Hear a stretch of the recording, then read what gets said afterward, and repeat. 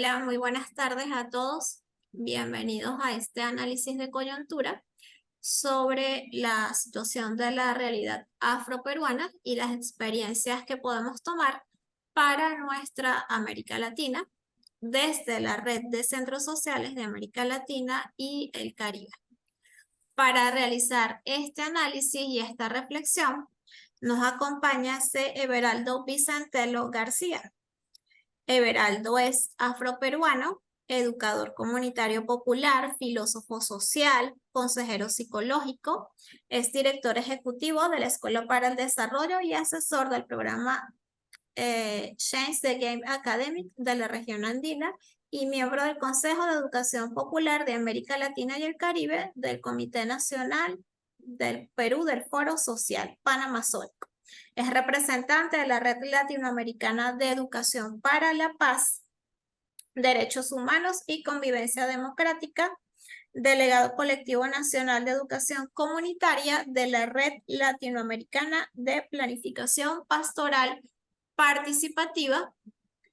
Bienvenido, Everaldo. Muchísimas gracias por haber aceptado nuestra invitación para reflexionar esta tarde acerca de este tema tan importante y en el marco de lo que es hoy, 12 de octubre, Día de la Raza, donde vamos a tratar la realidad de la población afroperuana en el Perú y las experiencias para América Latina. Al finalizar la exposición, ustedes van a poder realizar sus preguntas por el chat y Everaldo con gusto las responderá. Bienvenido, buenas tardes y por favor recuerden mantener apagados cámaras y micrófonos. Buenas tardes con todos, con todas, con todes. Solo para confirmar que se me escucha y para confirmar que están observando la presentación que acabo de colocar. Sí, sí se ve, sí se escucha bien, ¿no? Sí. Perfecto. Entonces, estas son unas... Primero agradezco la invitación para compartir algunas ideas desde la experiencia personal y comunitaria en relación a la experiencia de ser afro en América Latina y el Caribe. Y sorprendido porque hoy día celebramos, yo la verdad que no celebro hoy día, ¿no? La verdad que para mí hoy día es un día muy triste. Es un día de conmemoración, es un día en el que probablemente tengamos que recordar muchas historias. De hecho, somos hijos, lo primero que tendría que decir es que somos hijos de los sobrevivientes, como muchos de los que estamos aquí, quizá todos, ¿no? Todas. Y eso ya hace que este día no sea un día de celebración desde mi punto de vista, de nada, ¿no? Probablemente del encuentro, ¿no? Y a partir de ahí lo que sucedió, lo que vino sucediendo. Son algunas ideas que yo he podido recoger y algunas cosas que están presentes en los procesos de la población afrodescendiente en América Latina y el Caribe, las que yo les estoy por proponer ahora. En principio, lo que tendríamos que tener en cuenta es que después de la Declaración de los Derechos Humanos en el año 48, han aparecido algunos instrumentos internacionales que han reconocido de alguna manera los derechos de los afrodescendientes. El primero fue en el año 65, esta Convención Internacional sobre la Eliminación de todas las formas de discriminación racial, haciendo énfasis en esa discriminación racial, comprendiendo, creo todos y todas aquí, que la comprensión de los derechos humanos no es un asunto cerrado, es un asunto abierto, que supone la comprensión de las relaciones que tenemos unos con otros y con lo otro también, ¿no? Que es el ambiente y con lo que somos también cada uno de nosotras, nosotres. Y esa recién a partir del año 2000, quizá con esta mayor comprensión a partir de las reflexiones generadas desde la idea del desarrollo humano o la humanidad en el desarrollo, considerando las capacidades, a partir de la cual empiezan a aparecer, digamos, algunos elementos de corte instrumento internacional directamente relacionados con la presencia afrodescendiente en el mundo. Y ahí aparece entonces el programa de acción de Durban, la declaración como tal, desde Naciones Unidas, del 2001, y recientemente, hace casi 10 años, la declaración del Decenio Internacional para los Afrodescendientes, ¿no? En ese lapso de tiempo, entre el 2001 y el 2015, reuniones, procesos de incidencia, organizaciones afrodescendientes en América Latina y el Caribe, insistiendo a sus estados insistiendo o incidiendo en los procesos internacionales, sobre todo en relación a la reparación histórica, sobre todo a la eliminación del racismo, de la discriminación y el racismo, concretamente hablando hacia las poblaciones negras. Y por último, no hace mucho, en plena pandemia, se abre el Foro Permanente Afrodescendiente que va en camino hacia la constitución o la construcción de una agenda a corto, mediano o largo plazo, pero no solo en el ámbito de la América Latina y el Caribe, sino también que pueda bajar de alguna manera o que pueda subir, dependiendo cómo lo miramos, hacia los países, concretamente desde los estados. Y digamos, aquí en el Perú tenemos ya desde el año pasado la aprobación de este plan para el pueblo afrodescendiente, que ahora voy a mencionar, ¿no? Decir quiénes somos los afrodescendientes, acabo de mencionar hace un instante una frase que no es mía, es de este compañero Casamalón, que afirma que somos hijos de los sobrevivientes, eh, razones para pensar aquello y para sentirlo tenemos, somos hijos de las víctimas, ¿sí? Y somos en realidad un conjunto de individuos, de familias, de pueblos, de comunidades, que compartimos una historia más que un color, que compartimos una identidad más que una forma del cabello o una forma de hablar. Bueno, de hecho, forma de hablar no necesariamente, porque una de las características de la dominación fue el cortarnos la lengua cuando llegamos aquí, ¿no? Prohibirnos hablar en nuestro idioma o en el idioma de quienes en ese momento eran afroesclavizados. Y esta historia compartida tiene unas pautas sociales y culturales que nos distingue de alguna u otra manera de los diferentes grupos étnicos. Y estamos en los diferentes países de América Latina y el Caribe, ¿no? Estas son afirmaciones que hace Pastor Elías Murillo Martínez, un colombiano que viene desarrollando incidencia y reflexión en torno a los procesos de la población o del pueblo afrodescendiente en esta parte del mundo. Aproximadamente conformamos el 33% de la población en América Latina y el Caribe, considerando algunos datos que tenemos de la CEPAL del año 2022, en donde dicen que somos en América Latina y el Caribe 660 millones de habitantes, al menos unos 200 millones de personas se autorreconocen como afrodescendientes. Y aquí hay un elemento clave en estos procesos de autoidentificación y autorreconocimiento, en tanto que los últimos censos en los diferentes países han incluido o han revisado y han mejorado las variables de autoidentificación étnica como pregunta en las visitas casa a casa para hacer los censos, ¿no? El Perú no ha sido ajeno a aquello, no fue la primera vez, pero después de muchos años aparece esa variable étnica en el censo del año 2017 y el resultado que tenemos es más que interesante, ¿no?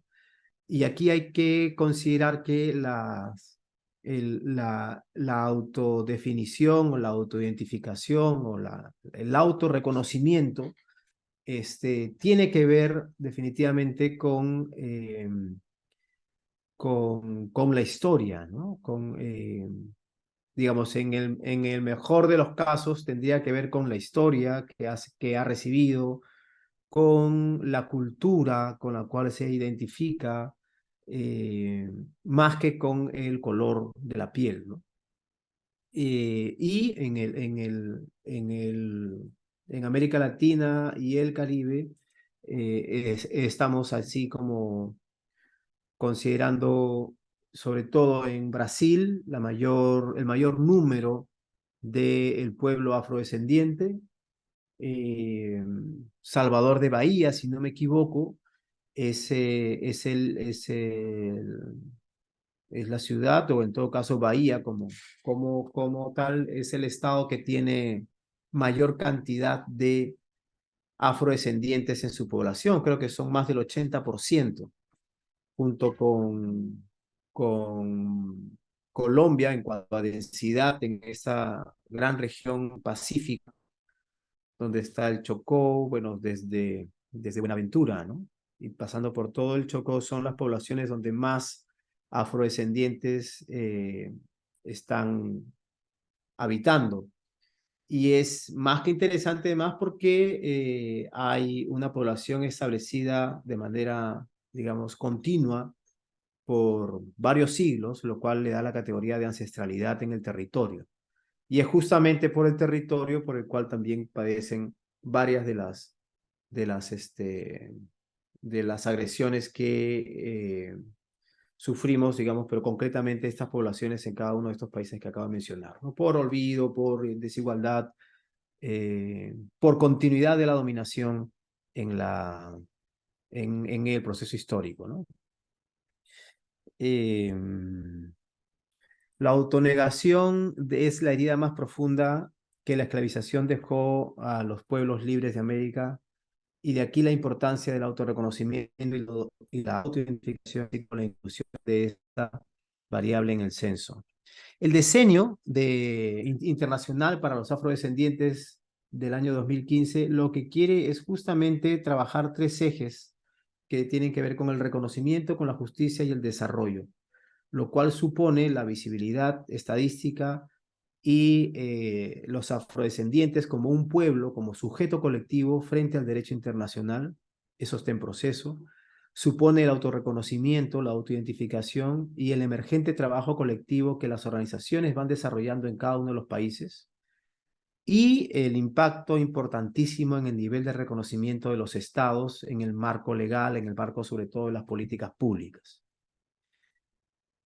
En los últimos años, para mencionar dos elementos que me parece que son claves, estos dos estudios que en realidad funcionan como en paralelo o aparecen como en paralelo a estas dos redes, una de juventudes afrodescendientes en América Latina y el Caribe, y otra que es de mujeres afrodescendientes de América Latina y el Caribe.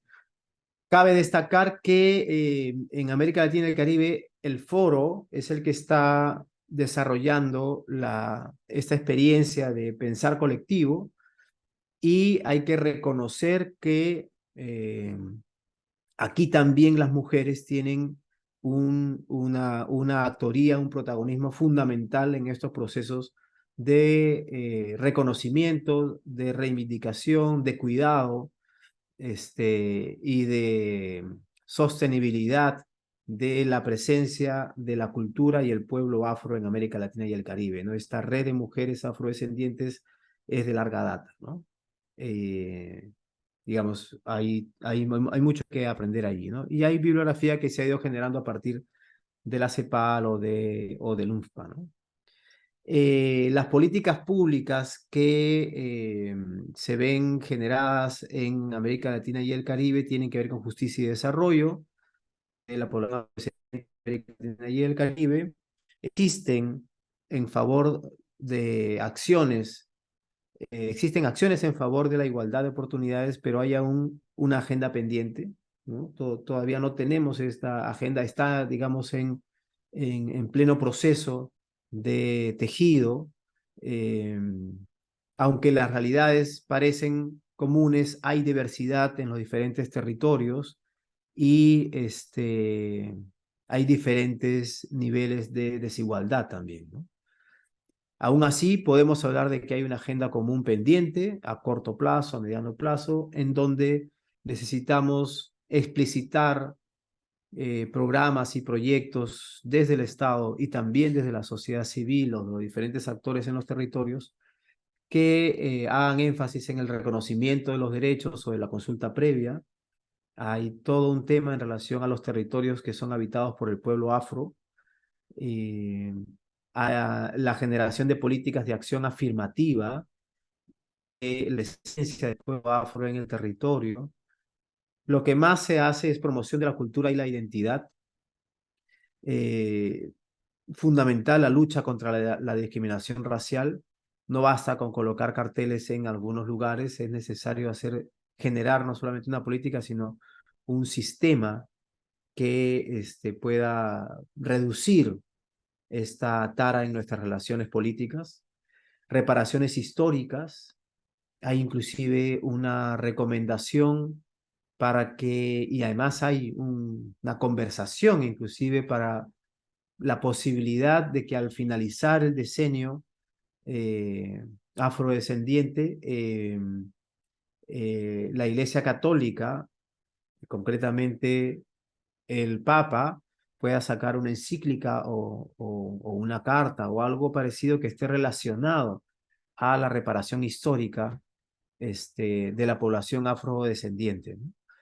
En educación y formación, sobre todo en temas de etnoeducación, Colombia y Brasil tienen bastantes experiencias al respecto.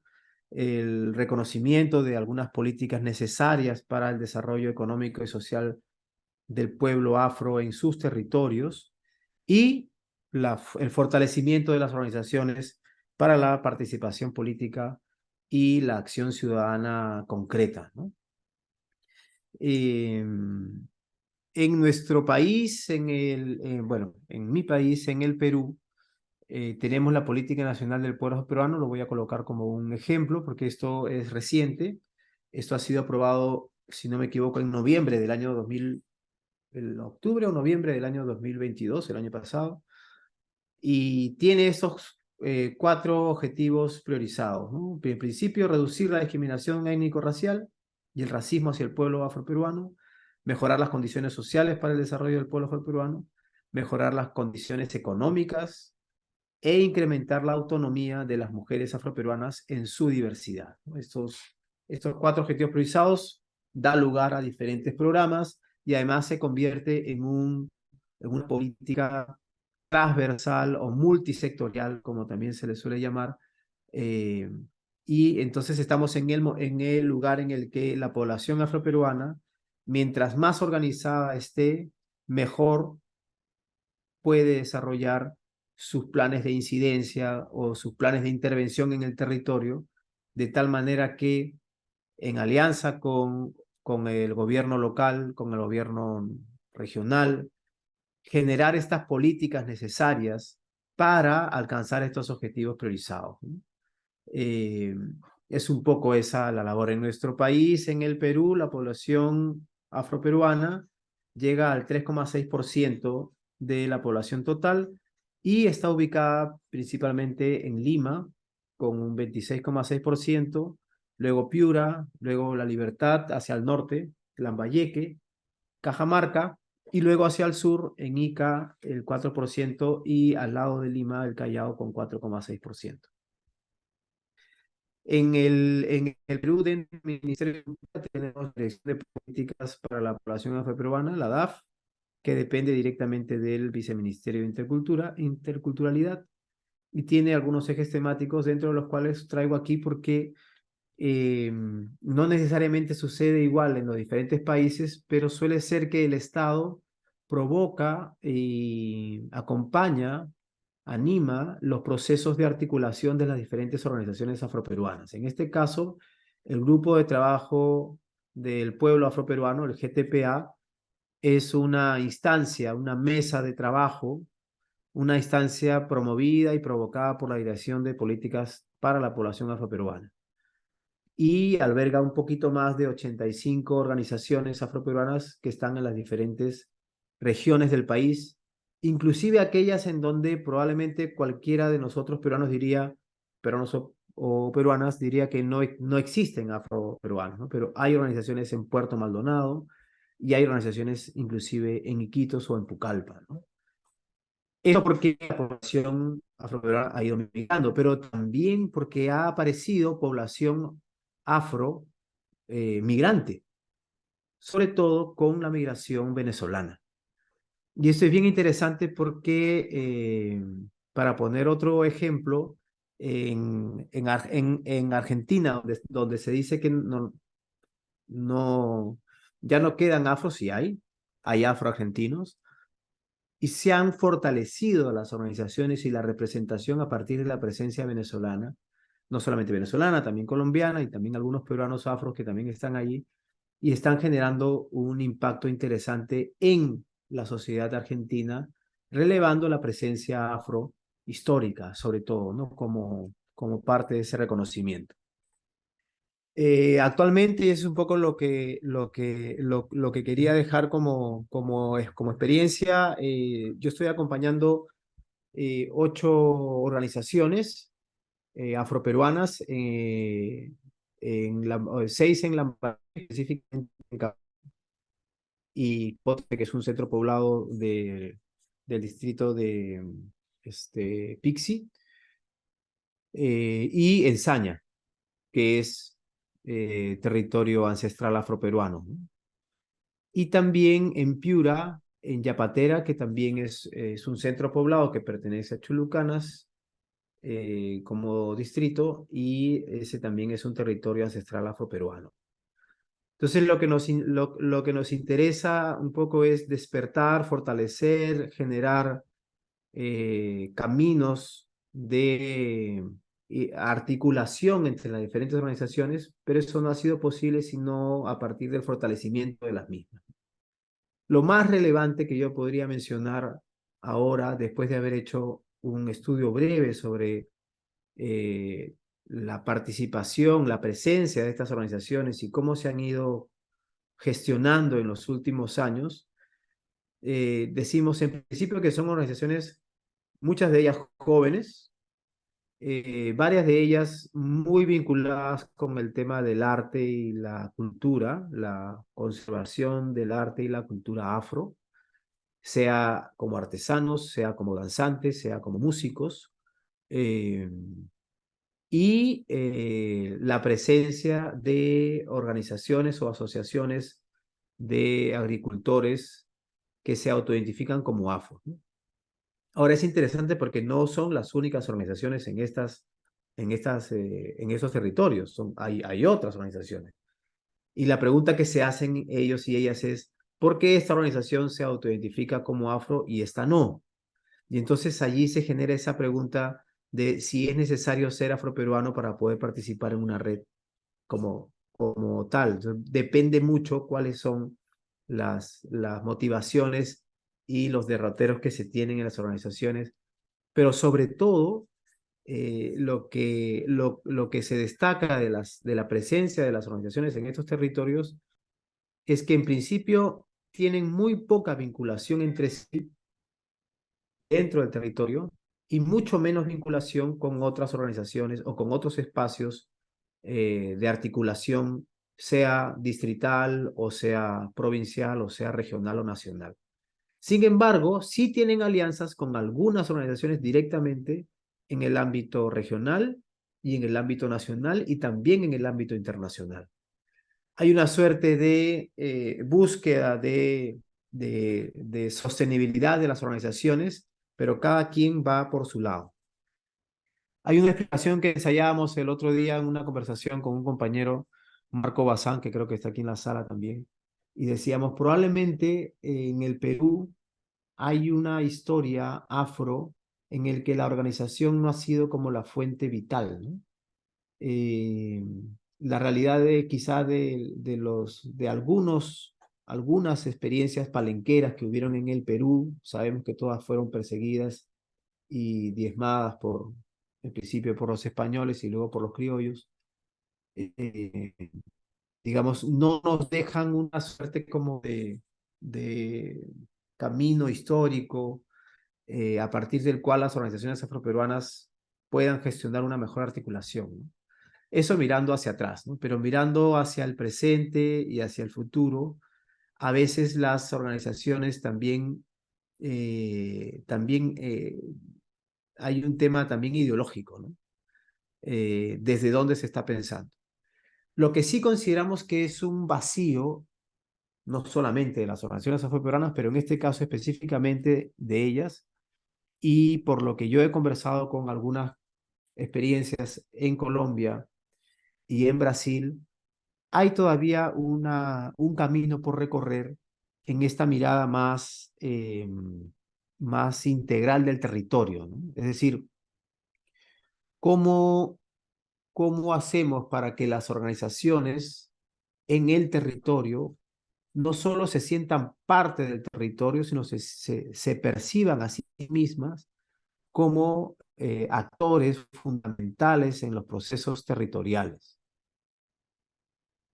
Pensando el territorio no solamente como el espacio geográfico, sino también como en sus cuerpos, ¿no? Hay un tema de identidad que tiene que pasar por el propio reconocimiento y también del propio reconocimiento personal de los individuos, de las individuas, pero también pasa por el reconocimiento colectivo, ¿no? De estos procesos de confirmación de la identidad que permita entrar en relación de una manera distinta, quizá una manera de aprendizaje, con las diferentes organizaciones o los diferentes actores y actoras que existen en los territorios que no necesariamente son afro, ¿no? Y entonces esa mirada de territorio cambia porque ya no es el territorio como un objeto, como se le suele pensar a veces, un recurso, sino es el territorio donde habito, donde yo estoy de alguna manera tejiendo mi identidad con otros, donde estoy respondiendo las necesidades, los intereses, las perspectivas junto con otros. Y, y eso en general es el territorio. Además, la relación que como organizaciones tenemos con el ambiente, ¿no? Y aquí hay temas clave, ¿no? Cuando estamos trabajando nosotros con estas organizaciones en Lambayeque y en Piura, nos preguntamos desde el principio de año, porque esto lo hemos empezado en enero, ¿qué va a pasar con el fenómeno del niño, ¿no?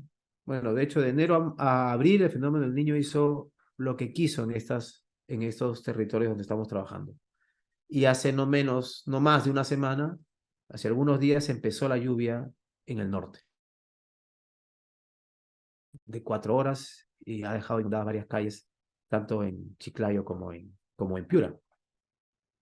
Si estamos preparados para aquello, yo creo que no, pero en todo caso, cómo las organizaciones van leyendo estos elementos del ambiente, en este caso del cambio climático, o simplemente de los fenómenos que normalmente se dan en estos territorios, y cómo lo hacemos, cómo van haciendo lo suyo, ¿no?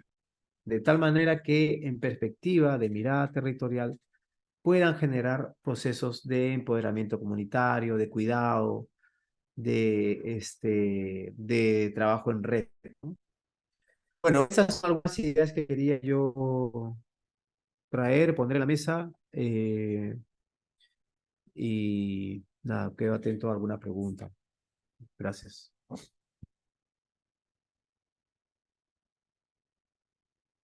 Muchísimas gracias, a Everaldo Vicentelo García, por esta exposición tan clara que nos has hecho acerca de la realidad afroperuana y las iniciativas, la organización desde la sociedad civil y desde el Estado, que se está dando actualmente en el Perú. Tenemos una pregunta por el chat que dice lo siguiente: en América Latina todavía existen brechas educativas de la población afro, especialmente en la educación básica y también en el resto de los niveles. ¿Qué propones para la disminución de estas brechas, sobre todo en este ámbito educativo desde el punto de vista de la experiencia peruana? Y tenemos un comentario de Marco Bazán que dice: el pueblo afroperuano son los pobres entre los pobres. Hay otra pregunta que me llegó por acá por el chat que se refiere a cómo, cómo fue el proceso de organización de las, valga la redundancia, de estas organizaciones afroperuanas en lo que tiene que ver con la formación de un tejido social vinculado a esta problemática afroperuana. Y tenemos un comentario de nuestra delegada social, Carmen de los Ríos. Saludos, Carmen, bienvenida. ¿Existe alguna organización afro a nivel latinoamericano? Vamos a hacer esta primera tanda de preguntas, Everaldo, y luego, si han quedado otras interrogantes, hay tiempo para realizarlas. De acuerdo. Sobre el tema educativo, bueno, Brasil, de lo que conozco, ¿sí? Brasil y Colombia tienen unas cuotas educativas, sobre todo educación superior,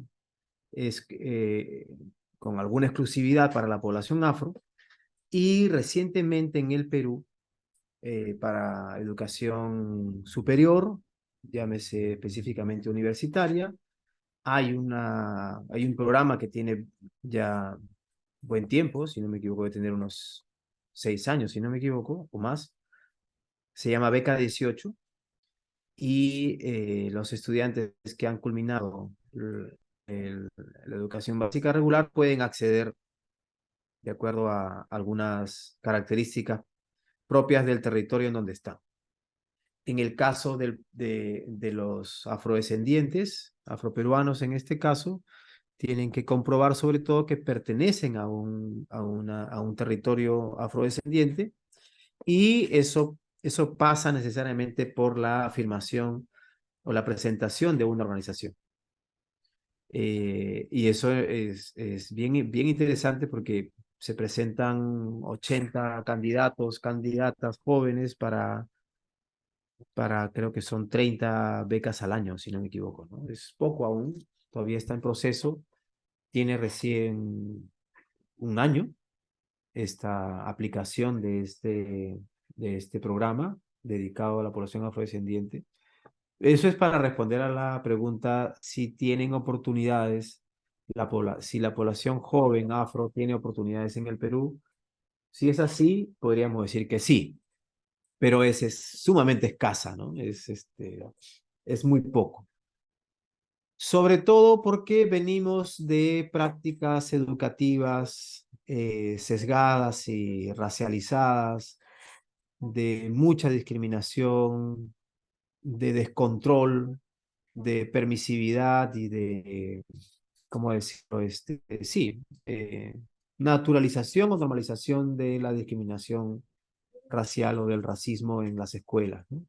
Sea porque los docentes o las docentes, eh, por decirlo mejor, no se dan cuenta, por ignorancia, o sea porque son muy permisivos frente a la situación que vivimos la población afro en las escuelas en relación a los otros estudiantes, ¿no?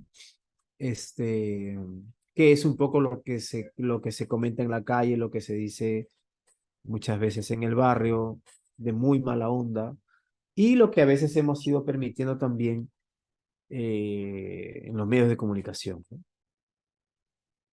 Ahora, eso es fundamental porque si le quitamos si reducimos esa situación en las escuelas, probablemente las personas afrodescendientes jóvenes pueden tener una mejor percepción de sí mismas, y pueden generar, digamos, otras capacidades u otras oportunidades para su propio proyecto histórico, ¿no? Para su propio proyecto de vida. Eso por un lado, en el tema educativo no está, digamos, trabajado demasiado. Hay experiencias interesantes, las organizaciones afroperuanas tipo ONG han ido generando proyectos para trabajar con algunas escuelas. Hay una insistencia en una mesa de trabajo afro vinculada al Ministerio de Educación. Pero todavía los estudios, sobre todo los que ha sacado Grade en los últimos años, demuestran otras cosas. Es un proceso que hay que insistir. Después está la inclusión de la etnoeducación en los procesos educativos de la educación básica, ¿no? Eso todavía no termina de consolidarse. Hay experiencias interesantes. Una de ellas está en Patea. Abelardo es un docente que ha estado trabajando esto hace años allí y ha quedado en las escuelas y en los docentes algunos elementos de este proceso, eh, pero falta reforzamiento para los nuevos docentes y trabajar con las familias. En fin, hay ejemplos claros en Colombia sobre esto, y en Venezuela también, en Panamá. Eh, Eso es para pensar en la educación como educación básica regular, pero si pensamos en la educación a lo largo de la vida, entonces ahí sí estamos un poquito, un poquito peor, como decían algunos compañeros, porque la educación ya no se piensa a lo largo de la vida, en principio, y mucho menos para aquellos que no tienen acceso libre a los procesos educativos, ¿no? O sea, lo que nos ha pasado a quienes hemos pisado la universidad es reconocernos como los únicos en el aula o en el patio o en la mesa de debate o en las conferencias, y sabemos que no somos los únicos. Pero las oportunidades para ser profesional afro en el Perú aún siguen siendo mínimas. No lo digo yo, lo dice una investigación de hace unos 5 años realizada por el Instituto de Investigación de la Universidad del Pacífico, el Centro de Investigación del CIUP. eh, y hay otras investigaciones que también ha sacado el IEP que hablan de esto con testimonios, ¿no? De quienes hemos estado vinculados a estos procesos. Entonces, hay formas de salir de estas denominadas brechas, que en realidad es purita desigualdad, purita discriminación, purito racismo. Sí es posible, pero todavía estamos pensando que hay mucha gente y hay sobre todo tomadores de decisión, tomadores, sobre todo varones, que piensan que esto es una autoflagelación, ¿no?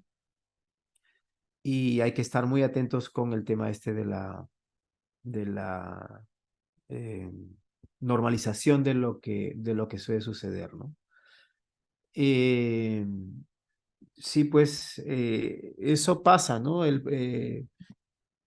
del 3,6% de la población nacional es afrodescendiente en el Perú.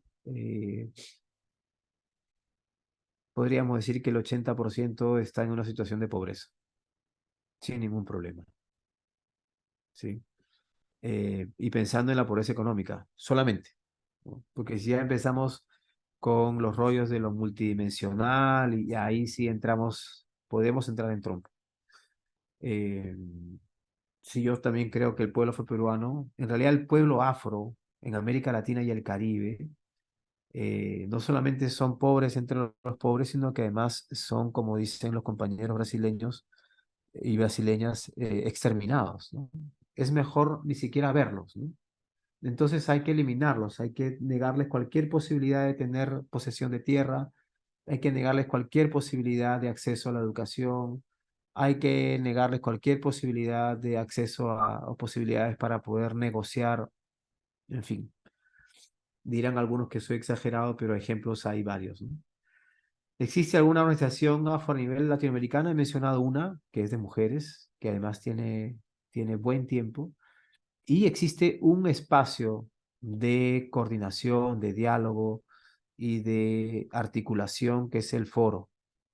Ese, que es reciente, del 2021, se ha convertido en el espacio a partir del cual se van a ir generando nuevos instrumentos vinculantes para los estados en relación al cuidado del pueblo afrodescendiente. Eso esperamos, por lo menos esa es la incidencia, ¿no? Si hay algún trabajo, estoy leyendo lo que ya aparece aquí Sí, en los las comentarios, ¿está bien? preguntas, tenemos otras preguntas, te las voy a leer todas para que luego entonces hagas tu respuesta general. Tenemos varias interrogantes. Dice Arnaldo Serra, tenemos la oportunidad de entrar en diálogo entre afrodescendientes y africanos en el marco del curso de educación para la ciudadanía mundial realizado por Profadel en noviembre. ¿Qué preguntas pueden ayudar a enriquecer ese diálogo? Marco Bazán nos dice, las percepciones existentes sobre el pueblo afroperuano tienen mucho impacto negativo en las oportunidades. Desde Venezuela nos preguntan qué iniciativas se han desarrollado para valorar la diversidad étnico-cultural y contribuir a la visibilidad de la población afroperuana. Carmen de los Ríos dice, sabemos que la población afro en América Latina es muy variada. Por ejemplo, afrocaribe, brasileños, haitianos, ¿qué características comunes se podrán encontrar a fin de lograr una cohesión social, evitar la invisibilidad que pueda darles el quedar en guetos? Y Marco Bazán dice, lo común es la historia y las políticas públicas de los estados. Entonces, Everaldo. Y comentarios, todo esto en 15 minutos. Bueno, hay una primera pregunta o una afirmación, creo que era, sobre los jóvenes que había visto. Si hay algún trabajo, dice Miguel Ángel, ¿no? Miguel, hay un trabajo especial directamente relacionado con la juventud afro. De hecho, hace un par de años hubo un encuentro de jóvenes afrodescendientes líderes y de ahí sale este texto que he mencionado en la presentación. Es bien interesante porque los nuevos liderazgos afrodescendientes en América Latina y el Caribe están asumiendo una labor seria en los diferentes estados. Yo tendría que mencionar como ejemplo, no me acuerdo, no sé si es ministra de Cultura, eh, que es una joven, relativamente joven, acaba de salir de la juventud no hace muchos años, pero viene de un proceso de formación de juventudes, que es la ministra de Cultura de Colombia. Y la de Educación también, sin mencionar a Francia Márquez, ¿no? O sea, hay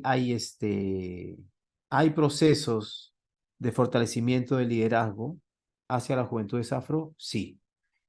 De hecho, en el Perú hay una escuela muy interesante que se llama Ashanti, que es una escuela de líderes y lideresas afro, y lidereses también, que tiene buen tiempo, ya creo que 10 o 12 años, y lo viene haciendo de manera continua y sostenible. Y eso es bueno porque habla de la presencia, digamos, de estas oportunidades para la población afro. Sin embargo, no es suficiente, ¿no? No es suficiente justamente por lo que dice eh, ¿cómo se llama el compañero que menciona esta pregunta? Creo que es Marco. Por eso, por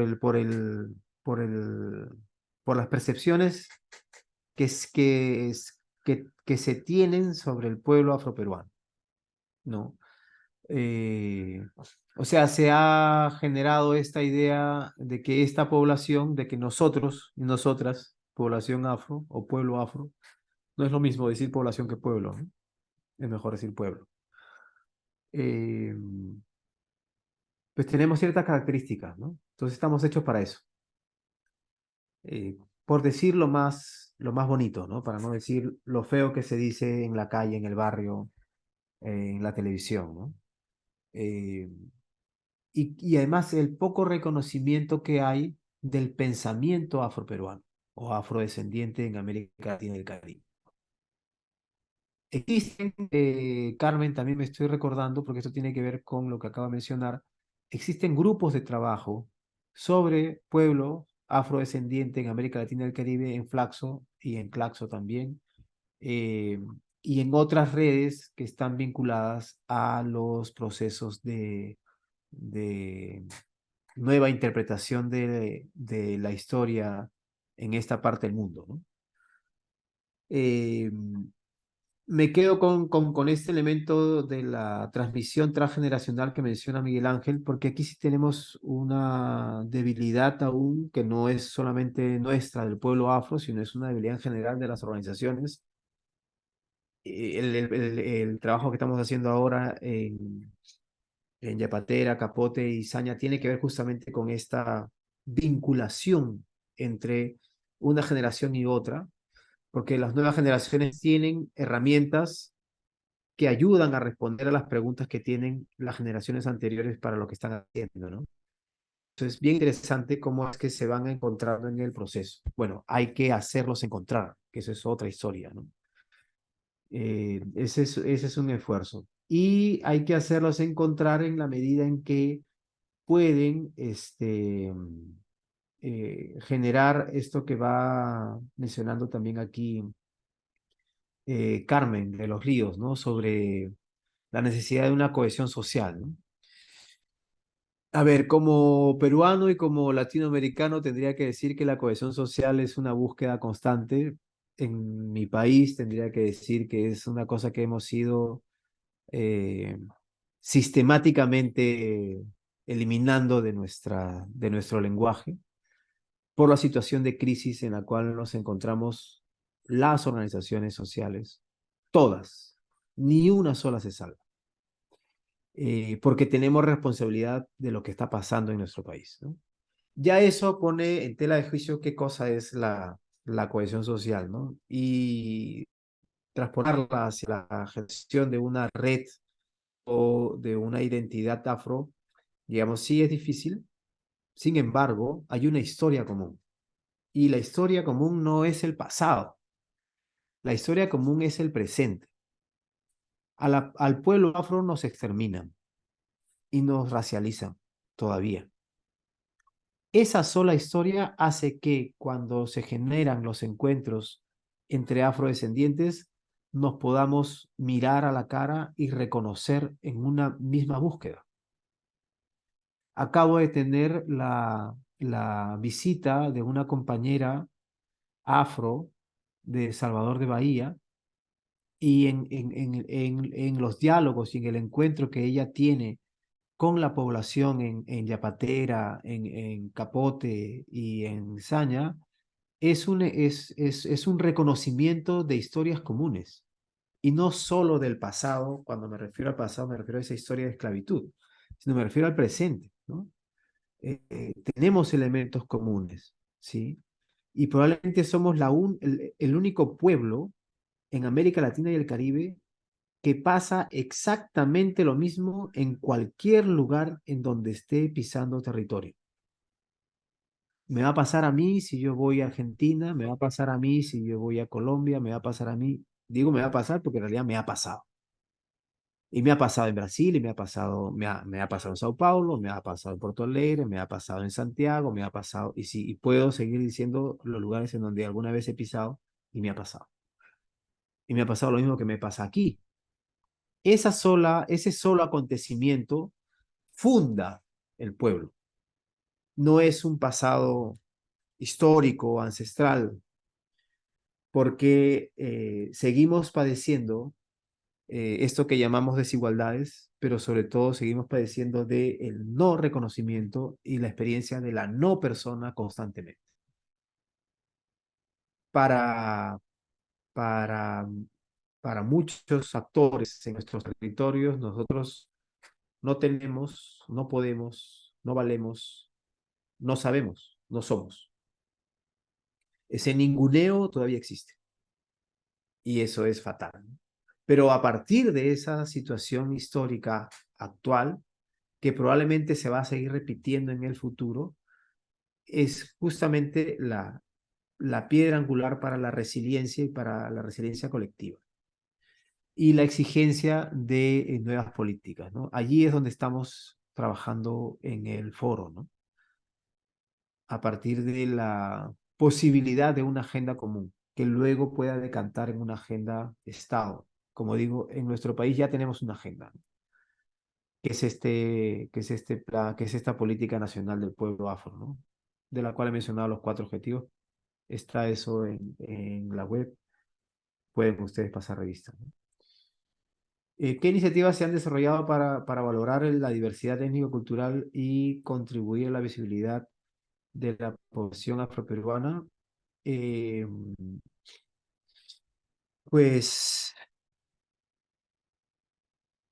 desde el Estado se han ido generando cosas interesantes desde lo que era, si no me equivoco, se llamaba el INDEPA, ¿no? Donde estaban las poblaciones eh, indígenas, amazónicas, andino-amazónicas, y también estaba la población afro, ¿no? Sin embargo, por densidad demográfica y por organización colectiva, las presencias andinas, amazónicas, han tenido un poco más de fuerza y un poco más de relevancia en las políticas del Estado, ¿no? Nosotros como pueblo nos hemos ido como quedando atrás hasta que nos hemos puesto quizá un poco al día con este plan nacional, ¿no? Con esta política nacional, ¿no? Eh, pero todavía faltan cosas. Y hay cosas pequeñitas que se han hecho y que se hacen y que permanecen, ¿no? Por ejemplo, la Casa de la Cultura en Yapatera, que es el de Abelardo, el profesor Abelardo es increíble, tiene claro que ese lugar es un lugar de memoria, ¿no? Quizá haciendo énfasis en esa palabra podríamos tener mejores resultados, ¿no? Pero tenemos el Museo Afroperuano en Saña con Lucho Roca, que viene insistiendo hace más de 20 años en esto y lo está haciendo y ahora tiene una mirada territorial distinta y está involucrando a los estudiantes más jóvenes para que se vinculen con las generaciones mayores. Tenemos el Museo Mal que Bien, el Museo del Congreso, que es el Museo Afroperuano, que también es una iniciativa de reconocimiento y valoración de la diversidad. Y luego la Dirección Afro del pueblo afroperuano ha generado momentos también de reconocimiento, ¿no? Hay un reconocimiento anual a una persona o a varias personas como personalidades destacadas en el mundo afro. Hay incentivos para investigación, no solo de investigadores afro, sino sobre temas relacionados a la identidad afroperuana. Hay un día que se llama el Día de la Familia Afro, que es en diciembre. Hay impulsos también para emprendimientos afro. Está el día o el mes afroperuano empieza el 6 de junio con el recuerdo del nacimiento de Don Nico, de Nicomé Santa Cruz. Este, y Somos Familia se llama la experiencia que tenemos. Y me recuerda mucho porque casi todos somos primos y sobrinos, ¿no? O tíos, ¿no? Abelardo contaba el día viernes pasado que estaba allá en Yapatera. Abelardo es un hombre que tiene casi 70 años ya, un poquito más quizá. Me dice, tengo más de 180 sobrinos, ¿no? Sobrinos y sobrinas, ¿no? Porque le pregunté, oye, todo el mundo es tu sobrino, claro, cada quien que entra allí es sobrino, porque en cuanto van reconociendo a alguien que tiene la misma identidad y que es mayor, ya es tío, ya es tía, ¿no? De cariño, hay un tema ahí que es el mismo cariño que surge en la chacra, ¿no? Este, eh, con los paisanos, ¿no? Con el vecino en la chacra, ¿no? Eso, no sé si hay alguna otra pregunta. Sí, hay un ¿Cómo es? comentario de Rosa Medrano, Everaldo, que dice, buenas tardes, mi preocupación es porque el pueblo negro no avanza, porque las organizaciones no estamos unidas en la misma causa, porque hay organizaciones que son egoístas, que siempre quieren ser yo, y porque las oportunidades no llegan donde verdaderamente lo necesitan. Además, no saben en algunos casos que existen como tal. Nos falta caminar juntos en sinodalidad como pueblo afro. No sé si quieres hacer algún comentario final a propósito de esta intervención de Rosa.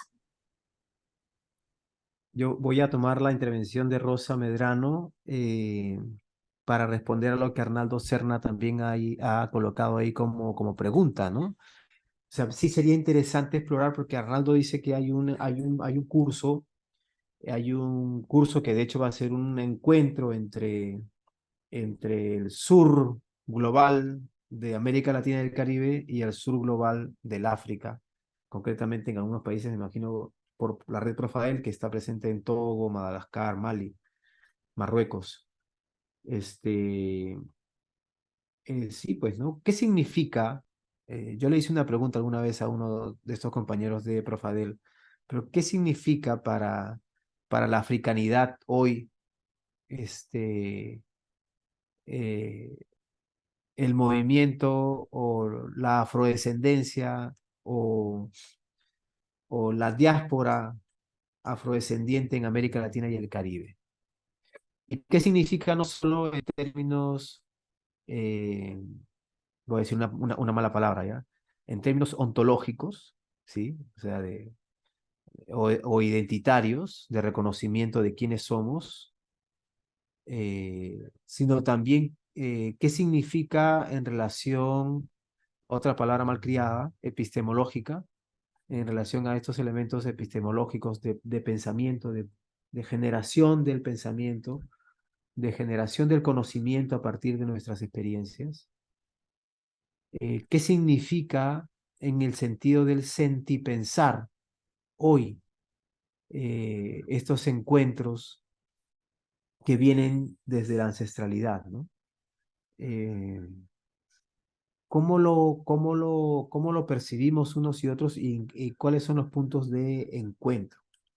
Y digo esto en relación a lo que ha mencionado o lo que menciona Rosa, y es porque ella introduce un término que es propio de los procesos eclesiales, que es la sinodalidad. Eh, para mí la sinodalidad no es otra cosa que el fundamento de la ecología integral, eh, que no es otra cosa que ser familia, ¿no? Sentirse familia con el otro, sentirse familia con la otra organización, sentirse familia con el río, sentirse familia con el árbol, con el bosque, con el territorio. Porque ese es en definitiva la ecología integral es tumbarse al dominus, como dice Francisco en la Laudato Si, ¿no? El dominus es el Señor, ¿no? Ese, ese, eh, esa propuesta sistemática de dominación. Y yo creo que eso está presente en las organizaciones también afroperuanas, porque no están en la estratosfera, están bebiendo de lo que pasamos en esta historia. Y es difícil, por lo menos en el Perú, considerar alguna situación de trabajo en red, ¿no? En algún momento yo veía al compañero este, Rafael Santa Cruz como una persona que de alguna manera vinculaba diferentes eh, tendencias y organizaciones afro, ¿no? Tenía esa percepción, se fue Rafael y sí me pregunté quién quedaba, ¿no? Y es muy difícil eh, pensar en un articulador como tal, ¿no? O una articuladora. Creo que las mujeres, en los últimos años, por lo menos en el Perú, de lo que conozco, ¿sí? Tienen más apertura para mirarse entre sí y reconocerse como parte de un pueblo afro diaspórico, ¿no? Y además porque creo que ellas han ido eh, explorando elementos de la espiritualidad, no solamente vinculada a alguna raíz o matriz afro, sino que han ido generando una percepción distinta de sus propias historias como mujer afro. Y hablan de las ancestras y hablan de una estrecha vinculación, una línea, una trenza histórica entre ellas, sus madres, sus abuelas, ¿no? Cosa que nosotros, los varones afro, eh, pues no tenemos esa percepción, o en todo caso, todavía estamos de alguna manera convirtiendo nuestras masculinidades eh, más sensibles, ¿no? A la historia. Esa puede ser otra buena pregunta también, Arnaldo. ¿Cómo se están definiendo las nuevas masculinidades afro en vinculación con estas otras vínculos o relacionamientos que van generando las mujeres y los compañeros y compañeras de la diversidad sexual también, ¿no? Los compañeros LGTBIQ+, ¿no? Afros también, ¿no? Que remueven un poco la perspectiva y el reconocimiento actual y futuro de quiénes queremos ser en medio de medios de esta sociedad, ¿no? Y las veo además como respuesta, ¿no? No las veo problematizando, las veo respondiendo, las veo dando alternativas, las veo generando procesos de cuidado, ¿no? Y de autocuidado, ¿no? Que es tan importante y tan necesario. Esa es una iniciativa importante que todavía no, o sea, que está incipiente aún, ¿no? Estamos encontrándonos porque además vamos bebiendo de otros países de lo que van también ellos descubriendo, ¿no? Y una cosa que falta en el Perú es la vinculación afro-peruana con con lo afro-venezolano todavía está en pañales, ¿no? Porque en otros países ya se está gestando, ¿no? Eso. Muchísimas gracias a C. Everaldo Vicentelo García por esta importante ponencia acerca de la realidad del pueblo afroperuano, la situación de las organizaciones de la sociedad civil y sobre todo este plan desarrollado por el Estado peruano con respecto a la población afroperuana. Nos complace a todas las personas que nos acompañaron en la tarde de hoy. Recuerden que este análisis de coyuntura fue grabado y luego será distribuido a sus correos. Muchísimas gracias por la atención. Gracias de nuevo a Everaldo, educador comunitario, popular y filósofo social, por tu exposición. Muchísimas gracias y buenas tardes a todos.